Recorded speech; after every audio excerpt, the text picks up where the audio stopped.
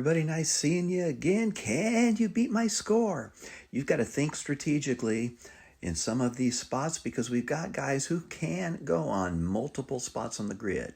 But today we're going to start out with Dick Allen, Hall of Famer. I wish he had made it before he had passed away.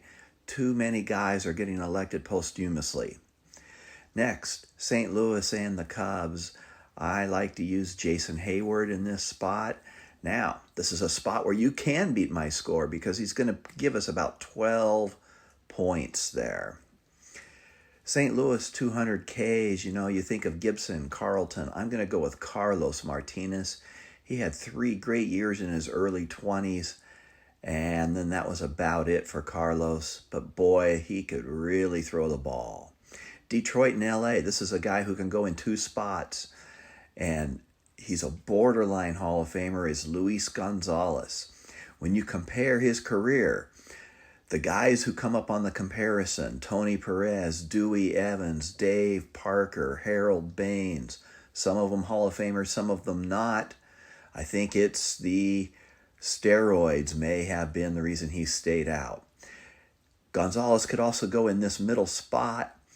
I'm going to go with ex-Oregon State pitcher Matthew Boyd, a lefty.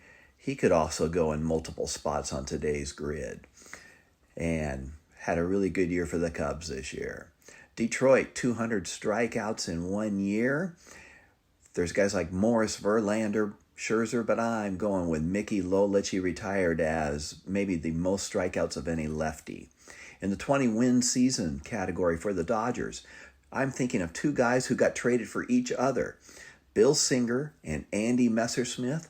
They both won 20 for their teams. They got traded for each other and both won 20 again. Messersmith was well known in the mid-70s as the bubblegum blowing champion that they did 1 year at the All-Star game. 20-win season for the Cubs, you can think of Maddox, you can think of Fergie Jenkins, Grover Cleveland Alexander, who can go on 2 spots, but I'm going with Jake Arrieta. He had a couple of great years for the Cubs. And then finally, I am going to go with Grover Cleveland Alexander. Now, when you think of a guy with 20 wins and 200 strikeouts, they do not have to come in the same season. So, today's rarity score is 51. Can you beat my score?